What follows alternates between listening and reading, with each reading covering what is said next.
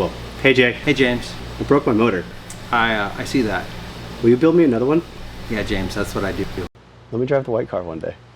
Hey guys, welcome back to the channel. So we're just going to quickly go over what I've chosen, parts I've chosen for the block, and then some small differences that Jay can speak on between a Dart block and a Toyota cast block, Toyota factory cast block.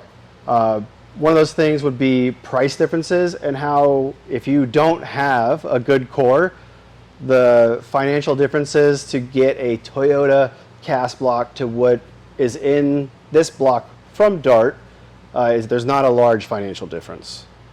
No, it's pretty tight. I would assume, depending on machining labor costs, that you should budget $1,000 to $2,000 more.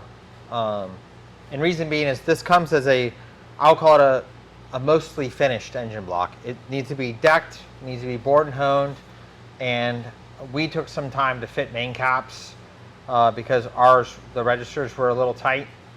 But the registers is a preference thing, but some attention needs to be taken. So you buy a block, you loosen up the main caps, you put them back on, check the align hone, but you're not fitting caps. Fitting caps on an OEM block is a pretty labor-intensive deal. So one of the major costs in building a 2JZ with a factory block is fitting the main caps. So I have main caps here. We install the main caps through MazWorks. The main caps fit extremely well, but there's still time. So if you're in a country or area that you don't have an experienced machine shop that could successfully fit a set of main caps on a JZ because of its length, that's a huge upside going to the Dart block. There's in the islands and some other countries, you just can't get a guy to put main caps on a block. So that's a real problem. So the main caps are fitted. You have a fully Siamese bore block. It's going to keep shape better at high horsepower. You've got a thicker deck that will help in gasket retention, which in my kind of the end of my experience of trying to make 2,000 horsepower with a stock block was the deck wouldn't keep shape. So at 1,600 or so, it was okay. I used a copper gasket with a protruded O-ring and a receiver in the block, and it was good. But once I got much over that power level, the deck wouldn't keep shape. So really, the additional weight that the Dart block weighs, it's just material. The material is placed in areas of the engine that the engine needs to be stronger. Whether or not somebody will kind of CNC profile this block to shave some weight out of it, if somebody wants to get nutty about it, they can. That's happened in the past in different racing series, but at least in a Supra application, because the engine's so high in the car, they're already wheelie prone to where the weight isn't that big of a deal if you're just drag racing. And if you're road racing a car with 12 or 1,300 horsepower, the weight would matter, but you've got bigger fish to fry if you're racing a car that powerful on a road course. So I don't think the weight is a huge setback for us, but exciting product to have come to market, that's for sure. Yeah, and we were talking about earlier, just the time it takes to produce a cast piece versus a billet piece. Not that there's any thing wrong with like a billet block, like a billet aluminum block, but just how it works, right? You're taking a piece of aluminum to make it a block versus molten metal into a casting. Well, billet is really cool for small production runs. Billet is really cool for prototyping and proofing components, but in the engine block world, cast is the opportunity to fulfill the needs of many. This block is cast at an OEM level foundry, the same foundry that casts engine blocks for Cummins and other OEM level manufacturers. So this is not some backyard science experiment. This is a real deal OEM level racing engine.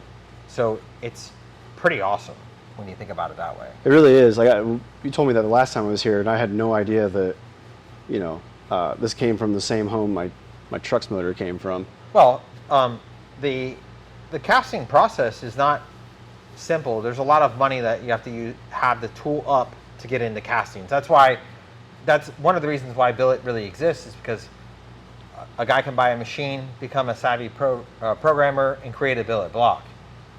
But castings are a big undertaking. Like Dart is not a new company to the game. I'm over 20 years in with Dart with Mustang engines. I mean, if anyone was going to really pull it off, it was going to be them. Now, there's some Australians, Herman at PRP, they're putting together a cast iron block for the RB platform, which is equally exciting because those guys were really into those engines down there just as much as we were into the JZs here. So, they'll have both the RB and the JZ will both have opportunities to have fresh engine blocks.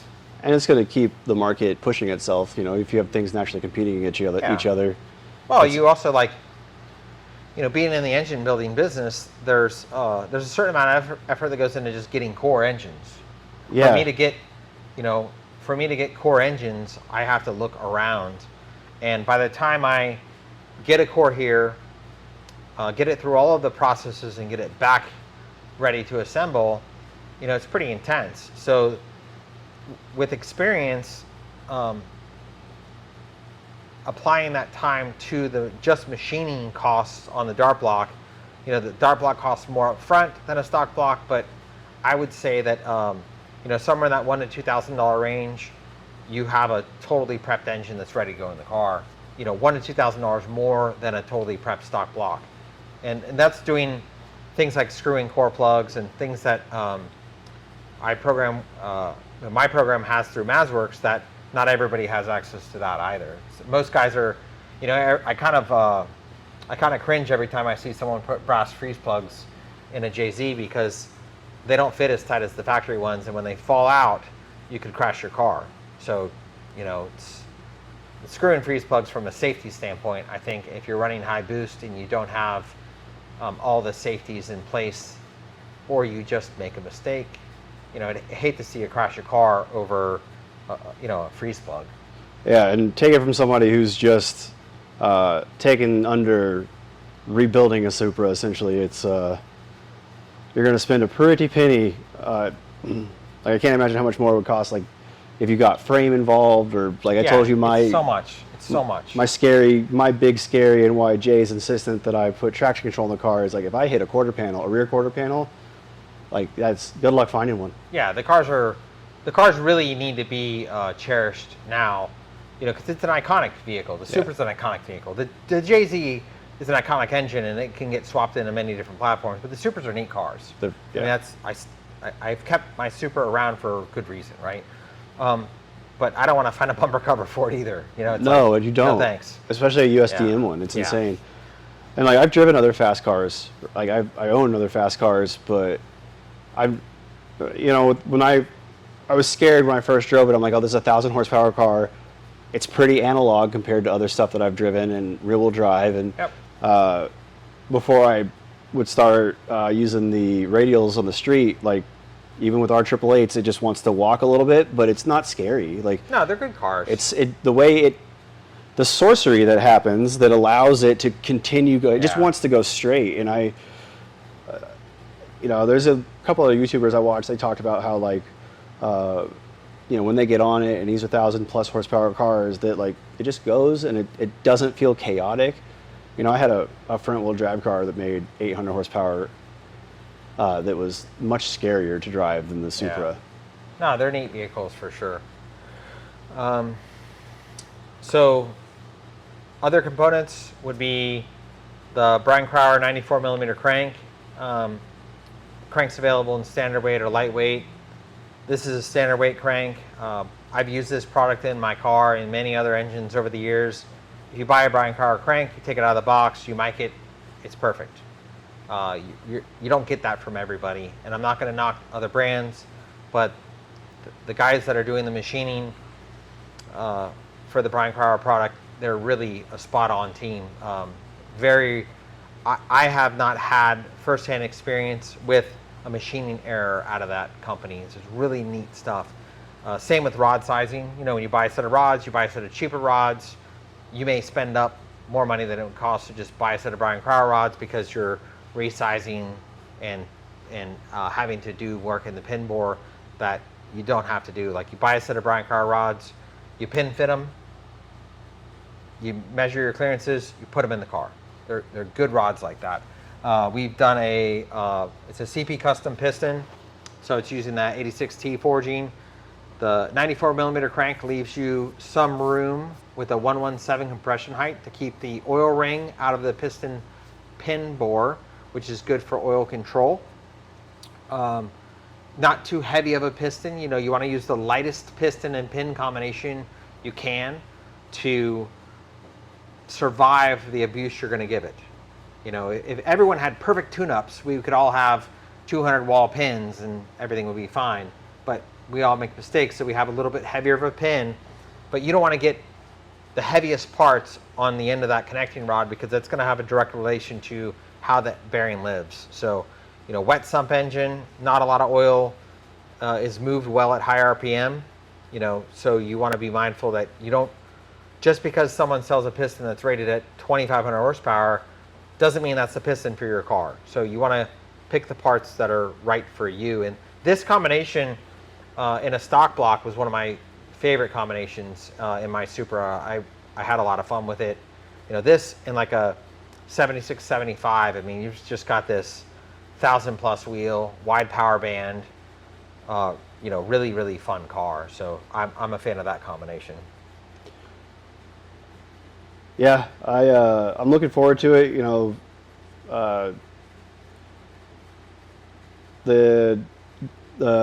my turbo did come on a little late, I feel like, for what it was just stock displacement. So I'm interested to see. You know, I'm not expecting a ton of movement, but just to see what the movement's like. A lot of people who drive these cars, they swear by the 3.4, like a 3.4 displacement, and just like how friendly it is to the street. It drives well. And then, so as far as like longevity of like, if you were to choose between, like if you would, hold on, let me try that again. So as far as longevity, if you were to choose between putting it for a street car, specifically talking like a street car that's going to be driven a lot on the road, what would you like to see as far as like a cast block or a billet block, or just your opinion? Well, the billet stuff, the way the blocks are designed, in a billet wet block, the sleeves are MID style sleeves, and they're because of the design of the engine, there's a certain amount of walking or chattering the sleeves will do, and you can work through some of that with using a protrusion receiver style copper gasket, where the sleeve and the head are kind of like interlocked. But the aluminum block, you know, you have the upfront costs, because to manufacture that block, you know, it's a $10,000 piece. Yeah. So the costs jump right up. You know, that block, I have a good experience with those blocks because I needed that. You know, when I couldn't keep the head gasket in the janitor, I said, well, I need something other than what we're doing. And Mark at Maswork said, how about this? And it was a viable solution for the time. Here's some magic. You know? Right. So it's like this, and it's in a cast iron form. Instead of having to go and have a specialty component made, you can buy a Dart block. I mean, the thing's probably going to be a Summit catalog in 2 months. So they're out there. They're going to be out there. They're going to be available. So it's just a more viable solution than a billet. You mentioned crank weight, right? You said I'm blanking on the stroke. 94? 94 millimeter. So there's a 94 millimeter regular weight and lightweight. Yeah. Do we have a lightweight? Yeah, there's a lightweight behind you. It's over there. A lot of machining goes into making the lightweight crank.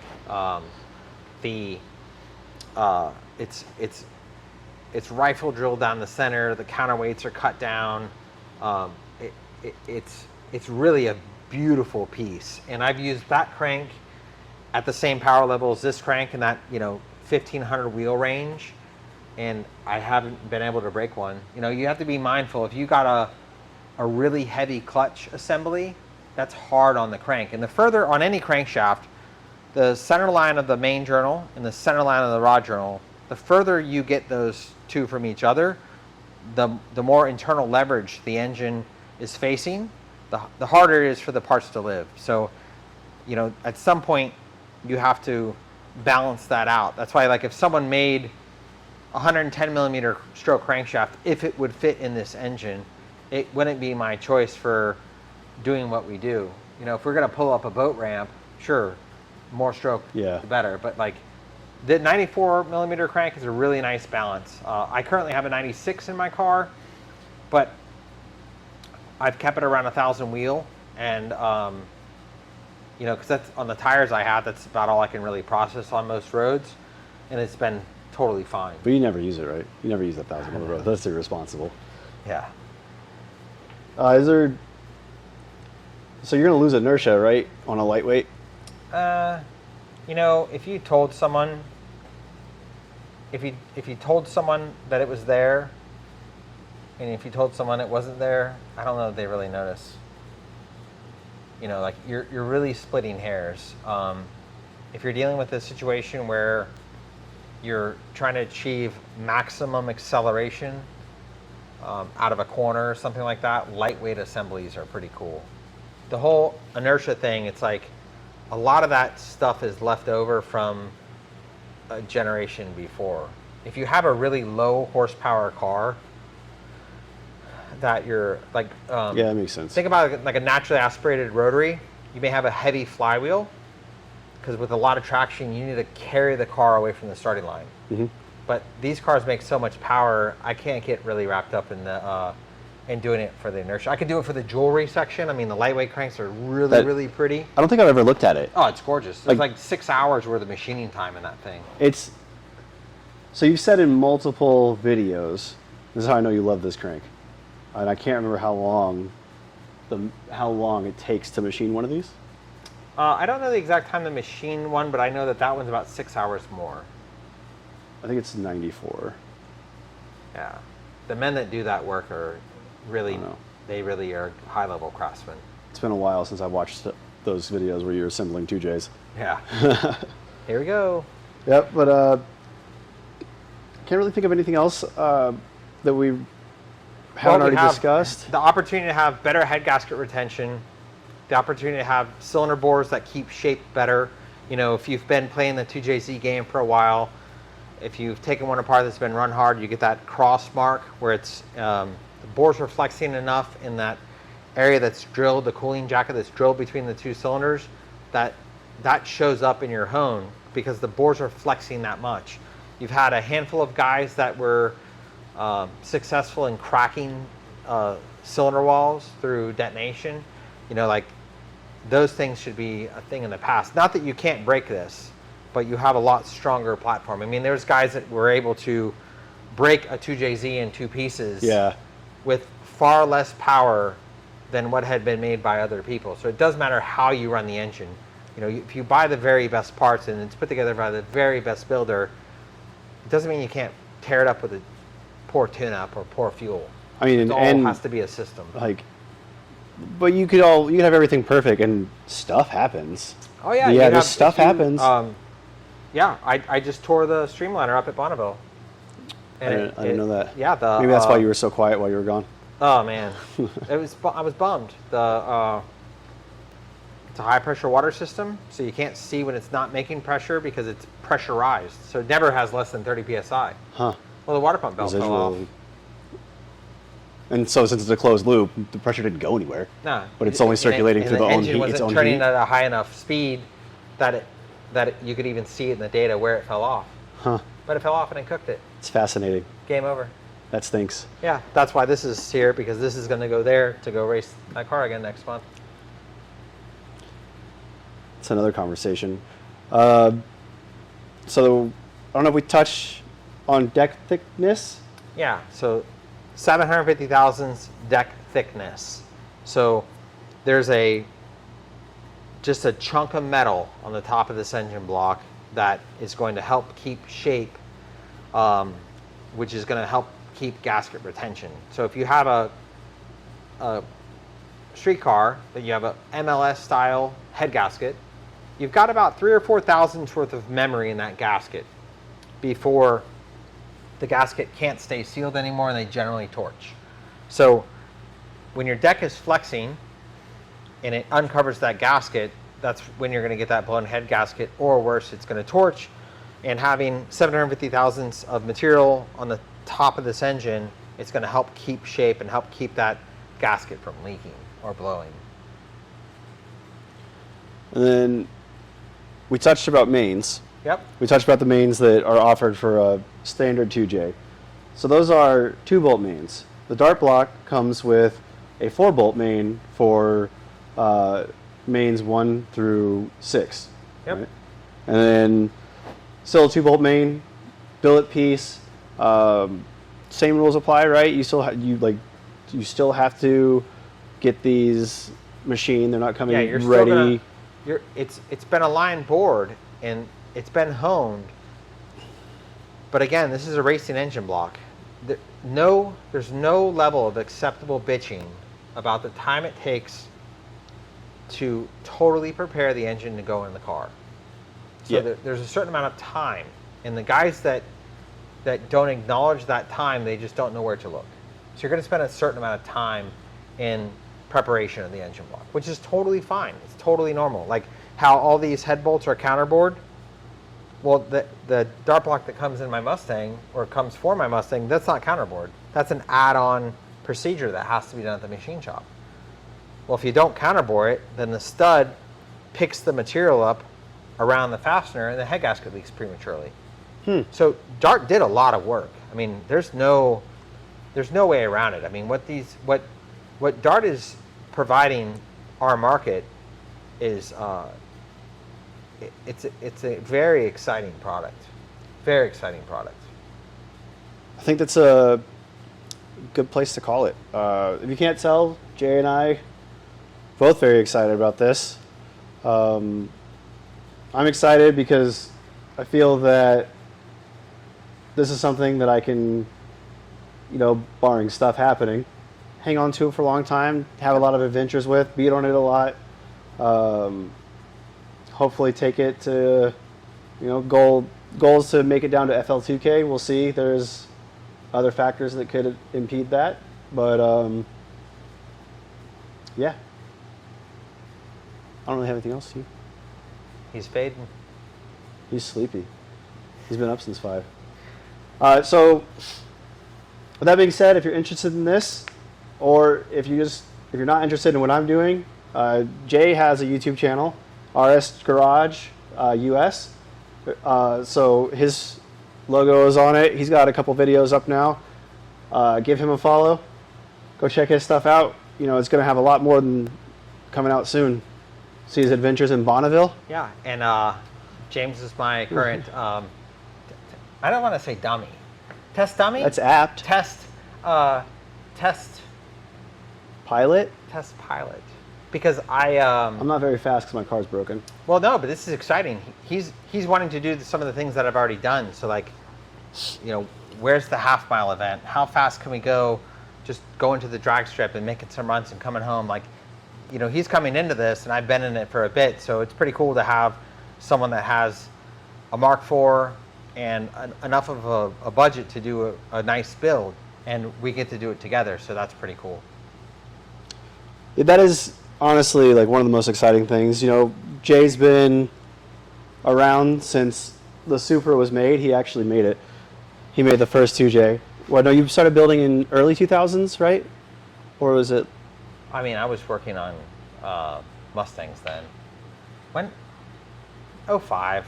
I think I got my first Supra in 04. But yeah, I was always fascinated with the cars. I just couldn't afford them. And then once I could afford one, I got one. And the rest is history. That seems to be how it goes. Yeah, I could never afford one. Gather around the campfire, kids. Yeah. When I bought my first twin-turbo, 57,000-mile white 6-speed Supra that was all stock, minus a mid-pipe, it cost me $27,000. It was $313 a month, I think, to have a Mark IV Supra. Wrap that around your head.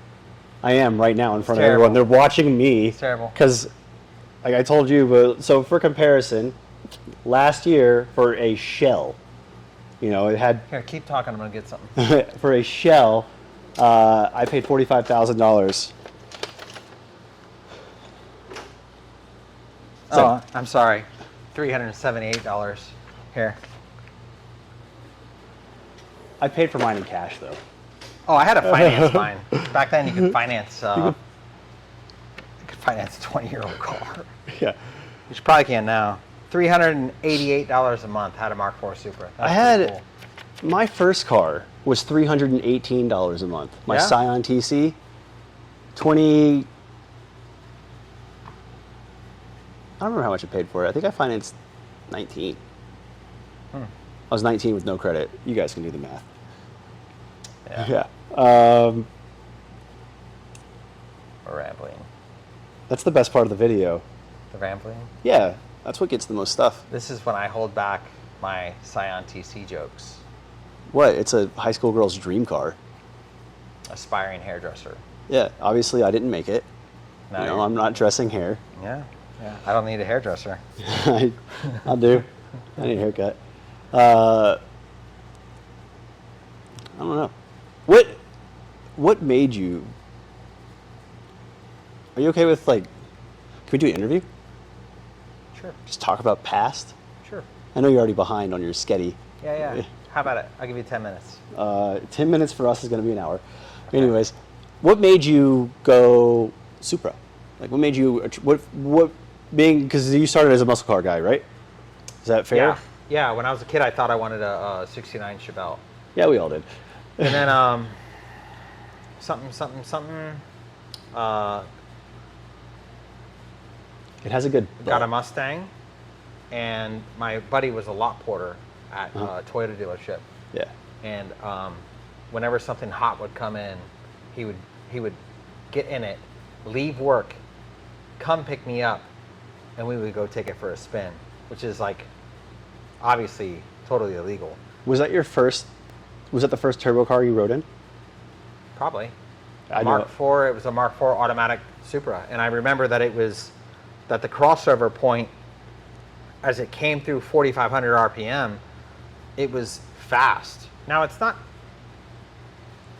fast by today's standards, but you have to understand, like, back in the 90s, like, not a lot of stuff was fast. Well, unless you had a race car. Like, factory cars weren't fast. I can tell you, anybody, if their first car, turbo car that they sit in is around a 300 horsepower car, it's going to be fast. Oh, yeah. I remember my first turbo car that I rode in was an Evo. Yep. And I just remember that feeling where, it's like making its noise, and then you hear the turbo, and it starts doing its thing, and there's this hand that just pushes you into Yeah. the seat. And, I don't know about you, but I've been chasing that Yeah. since I first I have felt that it. now. The way that my car's set up with the boost controller and the traction control, around 85 or 90 miles an hour, it gets into the power. On a closed road. Yeah. And it reminds me of the first time I drove a Mark IV Supra on C16 with a 7675 with drag radials. It wasn't even far from here, and I had built an engine for a guy because he'd blown it up racing Hayabusas, because back then the Supra was the only thing you could race a Hayabusa with. Everything else you just get your ass kicked. But got it fixed and took it out, and we had a simple map switch using the Is this a toggle switch or Yeah, a toggle switch. high and low and an boost? AEM Series 1. Oof. And Bold. we used the toggle switch to change the boost level. Yeah. And to turn on the nitrous, which was our alternative ignition map. Because there was no way to tell the computer that we had Yeah, C16 yeah. other than use the nitrous timing. And it was awesome. It was awesome, an awesome feeling. And that probably is a lot of what, got me hooked on those cars. Turbo cars, just the power delivery is so different. I haven't been able to get that right. That hand that pushes you back, Yeah. being the driver. Like, I don't know if it's just it's completely different, right? Well, you're focusing on other things. Yeah, I got asked the other day, like, they're like, well, didn't you see on your gauge something, right? I don't know what it was, right? And I was like, when you are in that car and you're going, the only thing your brain can process is that road. Like, if you're looking at anything Yeah. else, there's going to be something on you way faster than you need it that's to be. One of the things that I would argue makes Bonneville so special is you get so much time. If you're There's not an argument here. wide open throttle for a minute, Yeah. you got some time to look around, even at Yeah. speed. Yeah, that's what one of my fascinations, you know, with half mile is like Using too much.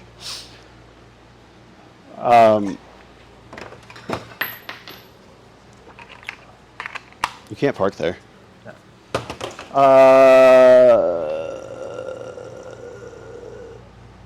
don't remember what I was saying. Playing with Camera cars. died. Yeah. Yeah. All right. Yeah. It's I agree. Exciting adventure. yeah. I'm really stoked that you know you're like, yeah, I have another block that you could hopefully not blow up, and you know you're letting me come along this journey. If you guys haven't, if you're looking for super parts, Not Super rsgarage.us. parts, 2J parts. Super parts are hard to come by nowadays. All right, we'll do that Super again. parts. We'll do that again.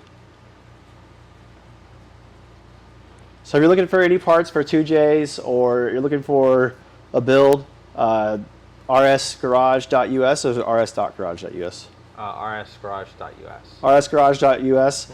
Yes. I'll put it in, I'll actually put it in the bottom on like my live from my last short. But yeah. Yeah, if you're looking to get a 2JZ built, or if you're looking for a Motec product or tuning, feel free to reach out, because that's what I'm going to try to focus my time on. And if I can make that work, then that's what I'm going to do. If I can't make that work, I'll have to keep expanding. So somewhere between building 2Js and tuning Motec and sweeping floors on third shift at Sunny D, I'll figure out how to make this work. And going fast at Bonneville. And going fast at Bonneville. But he's got an email on there as well if you have any questions. Yeah. I'm really looking forward to this. Yep, that's right.